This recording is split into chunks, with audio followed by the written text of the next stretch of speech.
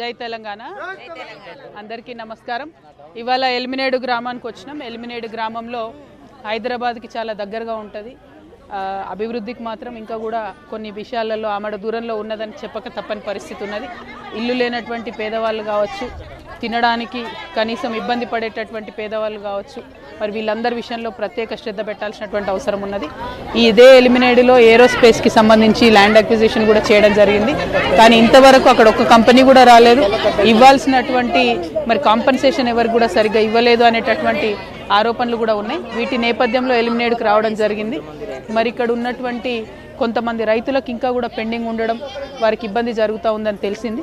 వారి పక్షాన నిలబడతామని మేము విశ్వాసం కల్పిస్తూ ఉన్నాం. కంపెనీలు రావాలి, అప్పుడే రైతులు భూములు కోల్పోయిన దానికి న్యాయం జరుగుతుంది. ఒకవేళ కంపెనీలు వచ్చినా కూడా భూమి లేనటువంటి రైతులు ఉన్నా ఈ ఊరిలో పెడతా ఉన్నారు కంపెనీలు. కాబట్టి ఇక్కడ ఉండేటటువంటి యువకులకు కొంత ఉద్యోగ అవకాశాలు కల్పించినట్టయితే బాగుంటుందని చెప్పి మేము భావిస్తూ ఉన్నాం. దీని మీద ఇంకా విస్తారంగా కూడా ఫ్యూచర్లో తెలంగాణ జాగృతి నుండి పనిచేస్తాం.